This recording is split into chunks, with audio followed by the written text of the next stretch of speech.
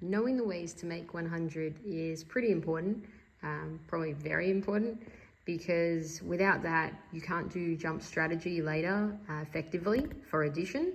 You also can't use a jump the difference or jump the gap strategy very well for subtraction, particularly mentally, and even just calculating change from $1, change from $10, change from $100 or similar, you really end up stuck.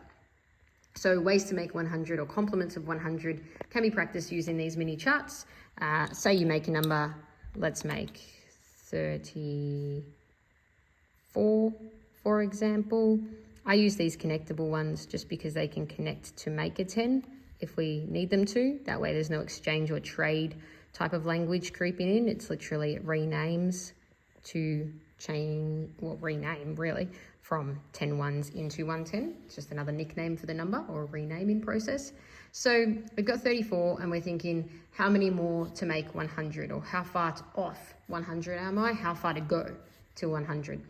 And the common misconception for students is very consistently, and it's more common than the correct conception, is that they need 76. So they need 7 more 10s because they're at 30, and then 6 more 1s naturally because of the 10 fact, but they're adding that extra 10 in, so they think that 34 and 76 will make the 100.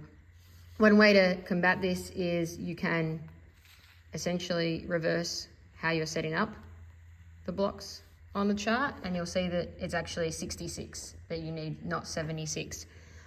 Slightly more visual, a little bit more intensive with materials, but worthwhile, is you can use a different color and you can see that you need 6 more 1s, and that's straightforward. If you have your 10s facts, you're usually fine with that.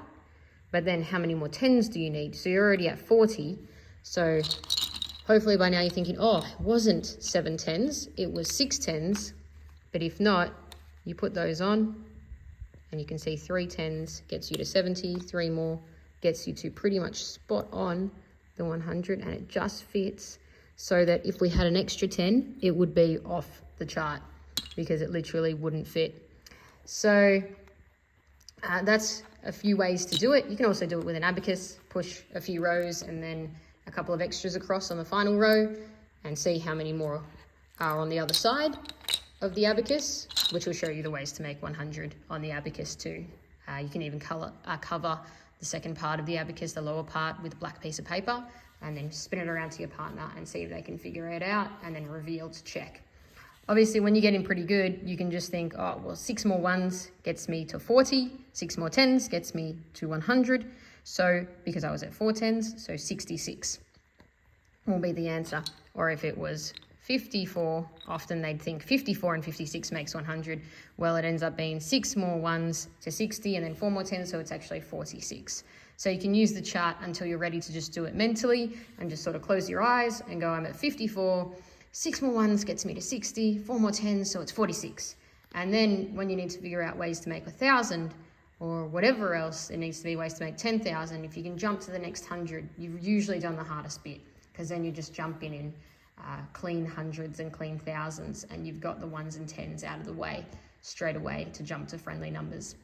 So this is actually the most important. Once you've got this down, you know ways to make 1,000, ways to make 10,000 pretty easily using complements of 100, or ways to make 100 first. Thanks so much.